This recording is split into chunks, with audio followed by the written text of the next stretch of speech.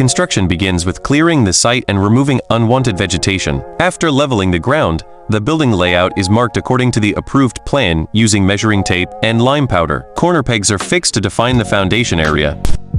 Next, excavation is carried out for the foundation. Trenches are dug according to the required width and depth, ensuring stable ground for load transfer.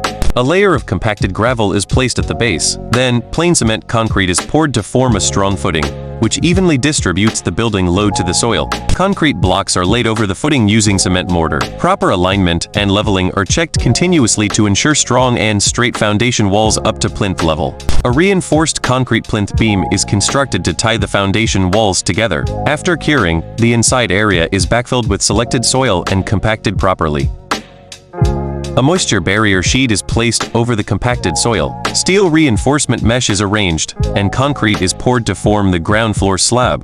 The walls are constructed using concrete blocks or bricks. Door and window openings are kept as per the plan. Frames are installed during masonry work for proper alignment. Reinforced concrete lintels are cast above door and window openings. These beams support the load from the wall above.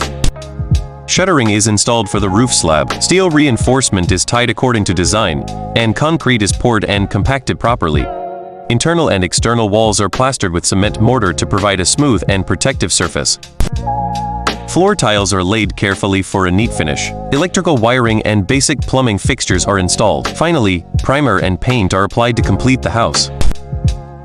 The small house is now complete and ready for occupancy. With proper planning and execution, even a small home can be strong, safe, and comfortable.